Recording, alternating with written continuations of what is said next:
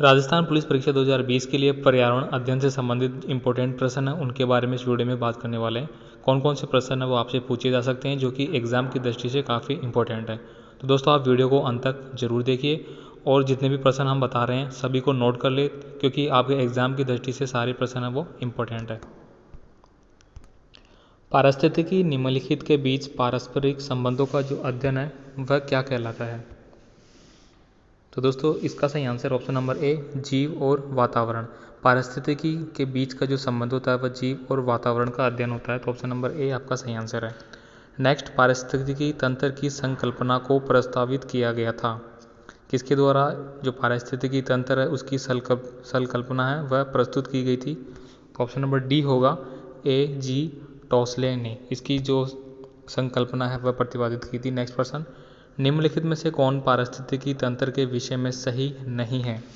चार ऑप्शन है, इनमें आपको बताना कि कौन सा सही नहीं है। तो ऑप्शन नंबर सी सही होगा आपका, यह एक बंद तंत्र होता है, जबकि दोस्तों पारिस्थितिकी बंद तंत्र नहीं होता है, तो ऑप्शन नंबर सी आपका सही आंसर है। नेक्स्ट देखिए, रामसर सम्मेलन संबंधित है। तो दोस्तों रामसर सम्मेलन है उसका संबंध किससे है? तो इसका संबंध है ऑप्शन नंबर सी, आर्द्र भूमि के संरक्षण से, तो ऑप्शन नंबर सी आपका सही आंसर होता है। नेक्स्ट देखिए, भारत की कितनी आर्द्र भूमियाँ रामसर आर्द्र भूमि के रूप में चिन्हित की गई है? तो दोस्तों इस प्रश्न का सही आंसर है ऑप्शन नंबर सी 27।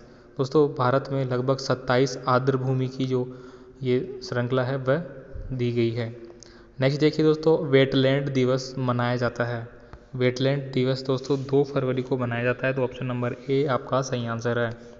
नेक्स्ट देखिए, निम्नलिखित राज्यों में से किसमें भारत की सबसे बड़ी अंतर्देशीय लवणीय आर्द्र भूमि है?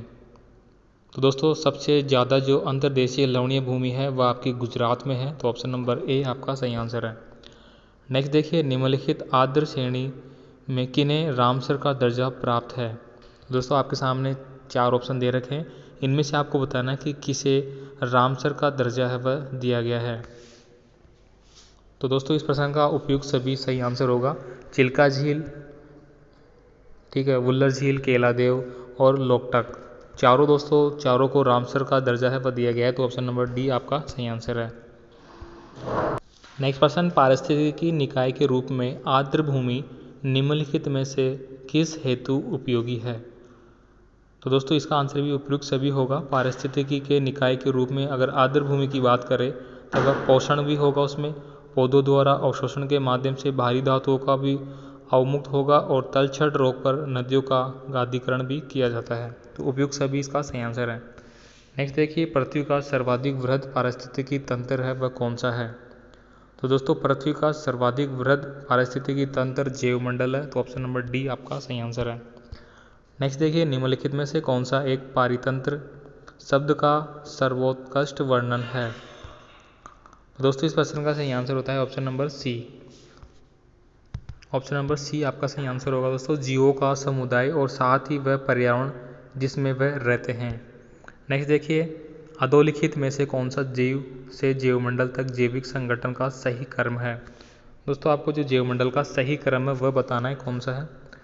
तो इस प्रश्न का सही आंसर ऑप्शन नंबर सी, सबसे पहले जनसंख्या आएगी, फिर समुदाय, फिर पारिस्थितिकी तंत्र, फिर भूदृश्य, तो ऑप्शन नंबर सी इसका सही निरूपण है, तो ऑप्शन नंबर सी का सही आंसर होता है। नेक्स्ट देखिए, निम्नलिखित में से कौन कृत्रिम पारिस्थितिकी तंत्र है? तो कृत्रिम पारिस्थितिकी तंत्र दोस्तों धान का खेत है, तो ऑप्शन नंबर ए आपका सही हो जाएगा। नेक्स्ट, निम्नलिखित वृक्षों में से कौन सा वृक्ष पर्यावरणीय संकट माना जाता है? पर्यावरणीय संकट किसको माना जाता है? तो दोस्तों यूकेलिप्टस, ऑप्शन नंबर डी आपका सही आंसर है। यूकेलिप्टस जो वृक्ष है दोस्तों उसको पर्यावरणीय संकट के रूप में जाना जाता है। अगला प्रश्न, स्वच्छ जल परितंत्र में लैंटिक आवास का उदाहरण है। स्वच्छ जल परितंत्र में लैंटिक आवास का जो उदाहरण दोस्तों वह तालाब और झीलें हैं, तो ऑप्शन नंबर ए आपका सही आंसर है। ठीक है, नेक्स्ट प्रश्न देखिए, निम्नलिखित दो भिन्न समुदायों के बीच का संक्रमित क्षेत्र क्या कहलाता है? दो भिन्न समुदायों के बीच जो संक्रांति क्षेत्र है वह क्या कहलाता है? दोस्तों वह इकोटोन कहलाता है, ऑप्शन नंबर डी सही आंसर है। अगला प्रश्न देखिए दोस्तों, निम्नलिखित में से कौन एक विश्व का विशालतम पारिस्थितिकी तंत्र है? दोस्तों विश्व लेवल पे बात करें तो सबसे बड़ा जो पारिस्थितिकी तंत्र है वह क्या है? आपका समुद्र। तो ऑप्शन नंबर ए आपका सही आंसर है। नेक्स्ट देखिए, परितंत्रकों की घटती उत्पादकता के क्रम में निम्नलिखित में कौन सा अनुक्रम सही है?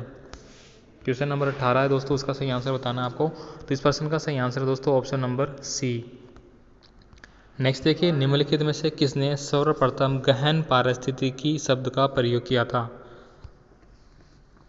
सबसे पहले पारिस्थितिकी शब्द का जो गहन रूप से अध्ययन किया था वह किसके द्वारा किया गया था? अर्नेस्ट नेस के द्वारा। तो ऑप्शन नंबर डी आपका सही आंसर है। नेक्स्ट देखिए, पारिस्थितिकी निषेध की संकल्पना को प्रतिपादित किया था, किसके द्वारा इसकी संकल्पना है वह प्रतिपादित की गई थी? तो ऑप्शन नंबर ए होगा आपका गिरनेल ने। नेक्स्ट प्रश्न, निम्नलिखित में से कौन सा पारिस्थितिकी तंत्र पृथ्वी के सर्वाधिक क्षेत्र पर फैला हुआ है? तो दोस्तों पृथ्वी पर सबसे ज़्यादा जो पारिस्थितिकी तंत्र फैला हुआ है वो आपका सामुद्रिक है, यानी समुद्री वाला क्षेत्र। तो ऑप्शन नंबर डी आपका सही आंसर है। सबसे अधिक स्थिर पारिस्थितिकी तंत्र कौन सा है? तो दोस्तों सबसे अधिक स्थिर पारिस्थितिकी तंत्र सागरीय है, यानी जो महासागरीय क्षेत्र है वह आपका स्थिर रूप में है। तो ऑप्शन नंबर ए आपका सही आंसर है। नेक्स्ट देखिए, निम्न में से कौन सा एक कार्य पारिस्थितिकीय संतुलन बनाए रखने में मदद नहीं करता है? दोस्तों इस प्रश्न का सही आंसर ऑप्शन नंबर ए वनों को काटना। दोस्तों वनों को काटना पारिस्थितिकीय संतुलन बनाए रखने में मदद नहीं करता है। नेक्स्ट प्रश्न, निम्नलिखित में से किसकी औसत शुद्ध प्राथमिक उत्पादकता सबसे कम है? तो दोस्तों सबसे कम शुद्ध प्राथमिकता शीतोष्ण कटिबंधीय जो घास के प्रदेश है उनकी होती है। तो ऑप्शन नंबर सी सही आंसर है।